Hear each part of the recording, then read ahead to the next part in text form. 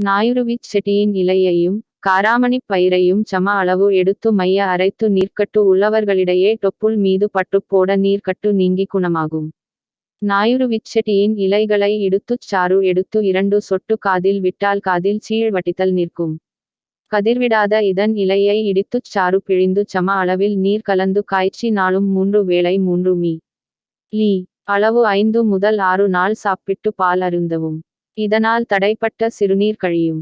சிறுநீரகம் நன்கு செயல்படும். சிறுநீர் தாரை எரிச்சல் இருக்காது. சூதகக்கட்டு மாதவிலக்கு தடைபடுவது நீங்கும்.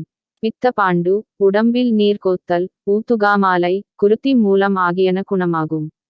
நாயுருவி இலையை அரைத்து நெல்லிக்காய் அளவு எருமைத் தயிரில் காலை வெறும் வயிற்றில் சாப்பிட்டு வந்தால் இரத்த மூலம் குணமாகும். மேக நோய் சிறுநீரில் வெள்ளை ஒழுக்கு பேதி குணமாகும். ஆறாத புண் ராஜ பிளவை விடக்கடி ஆகியவற்றிற்கு இதன் இலையை அரைத்துக் கட்டி வர குணமாகும். நாயுருவி இலையை பருப்புடன் சேர்த்து சமைத்து வாரம் 2 முறை சாப்பிட்டு வர நுரையீரல் பட்டிய சளி இருமல் குணமாகும்.